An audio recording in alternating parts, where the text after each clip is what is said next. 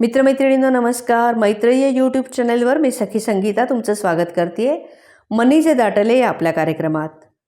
श्रावण महिना सुरू झाला की आपल्याकडे सगळ्यात जास्त पीक कशाचं येतं माहिती आहे? अर्थात सेलचं आणि खरेदीचं. ते अगदी थेट दिवाळीपर्यंत सगळीकडे पाहायला मिळते ती लोकांची अफाट गर्दी आणि प्रचंड उत्साहानं पार पडत असलेली खरेदी विक्री. यामध्ये मग अगदी रस्त्यावरच्या सेफ्टी क्लिप्स विकणाऱ्या विक्रेत्यापासून ते मोठमोठ्या आलिशान शॉपिंग मॉलच्या मालकांपर्यंत सगळ्यांचंच कौशल्य पणाला लागलेलं असतं. आपण भारतीय लोक तर खरेदीसाठी नेहमीच प्रचंड उत्सुक असतो. अर्थात त्यामुळेच आपल्या देशाची बाजारपेठ सगळ्या जगाला नेहमीच भुरळ घालत असते. इथली गणितं भल्याभल्यांना गोंधळून टाकणारी आहेत. इथल्या मार्केटबद्दल मागे कोणीतरी एकदा असं म्हटलं होतं की इथे पोटात घालायचं अन्न उघड्या रस्त्यावर विकलं जातं आणि पायात घालायची पादत्राणं मात्र काचेच्या शोकेसेसमधून ठेवली जातात. असं असूनही अनेक टक्के टोणपे खाऊन देखील आजही भारतीय बाजारपेठ तितक्याच उत्साहानं फुललेली असते. तेव्हा या आणि पुढच्या भागातही बोलूया थोडंसं या मार्केटिंग फंडाविषयीच. काही दिवसांपूर्वी एका मैत्रिणीकडे सहज म्हणून गेले होते. घरात पाऊल टाकलं आणि मी हरखूनच गेले.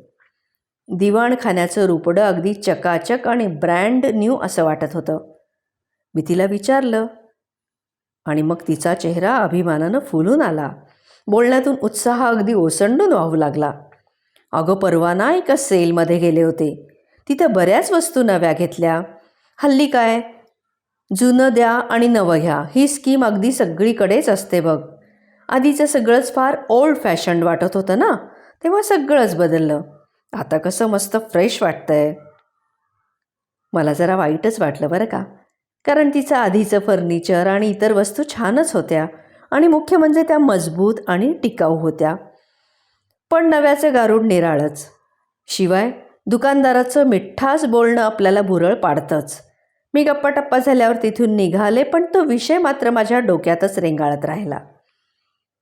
मागे एकदा काही मुलं मुली पुस्तकं विकायला दारात आली होती आणि अगदी अर्ध्या किमतीत त्यांनी ती पुस्तकं देऊ केली. ती पुस्तकं सायन्स, डिस्कव्हरी अशा विषयांशी संबंधित आणि अत्यंत आकर्षक अशी होती. मलाही भुरळ पडलीच. मी ती खरेदी देखील केली, पण त्यातली काही मात्र मी अजून उघडलेली सुद्धा नाहीत. पण त्या एका घटनेनं मला बराच शहाणपणा शिकवला. कोणतीही गोष्ट कितीही स्वस्तात उपलब्ध असली तरी ती अगदी आवश्यक असेल तर आणि तरच खरेदी करायची, हा धडा मला त्यामुळे मिळाला. अर्थात त्यामुळे मी बऱ्याच अनावश्यक खरेदीपासून आजपर्यंत बचावते आहे. आपल्या गरजा खरं तर खूप मर्यादित आहेत, पण इच्छा त्या मात्र अमर्याद. आणि नेमक्या याच गोष्टीचा फायदा बाहेरच्या जगातल्या बाजारपेठा नेटकेपणानं करून घेतात. काही दिवसांपूर्वी ज्या गोष्टी चैनीच्या होत्या त्या आता आवश्यक गरजा बनत चालल्या आहेत. आस्था या सिनेमातला एक प्रसंग मला आठवतोय बरं का. त्यातला नायक ओमपुरी आपली पत्नी रेखा हिला सांगतो, हे जे कारखाने आहेत ना, तिथं आपल्या गरजेच्या वस्तू नाही तर आपल्या गरजा तयार होतात. आणि आज तर हे पावलोपावली जाणवतं. एखादी गोष्ट जगण्यात किती महत्त्वाची आहे हे इतकं पुन्हा पुन्हा तुम्हाला सांगितलं जातं की नकळत आपणही तसाच विचार करायला लागतो. ही मार्केटिंग स्ट्रॅटेजी इतकी अफाट अचाट आहे की आपण कल्पनाही करू शकत नाही. मध्यंतरी कुठेतरी असं वाचण्यात आलं की सगळ्यांनी स्वतःचं रूपरंग आहे तसं स्वीकारलं, आवडून घेतलं तर जगातले अर्ध्याहून अधिक उद्योगधंदे बंदच पडतील. अवघं जगच एक मोठी बाजारपेठ आहे आणि इथं सगळेजण आपला माल विकायलाच बसलेले आहेत. अर्थात त्यात चुकीचं काहीच नाही. सगळ्या जगाची अर्थव्यवस्था त्यावरच अवलंबून आहे आणि त्यामुळे हे देखील महत्त्वाचंच. पण काय आणि किती घ्यावं याचं तारतम्य मात्र आपल्याला ठेवायला हवं. गरजा आणि इच्छा यात योग्य तो ताळमेळ ठेवता आला तर आपणही उत्तम ग्राहक होऊ शकतो. रवींद्रनाथ टागोरांच्या काही ओळी याचं वर्णन करायला मला समर्पक वाटतात. आपण आजूबाजूची रोषणाई पाहू नये किंवा विझलेले दिवे देखील. आपण फक्त आपल्या पावलांपुरता प्रकाश पाहावा.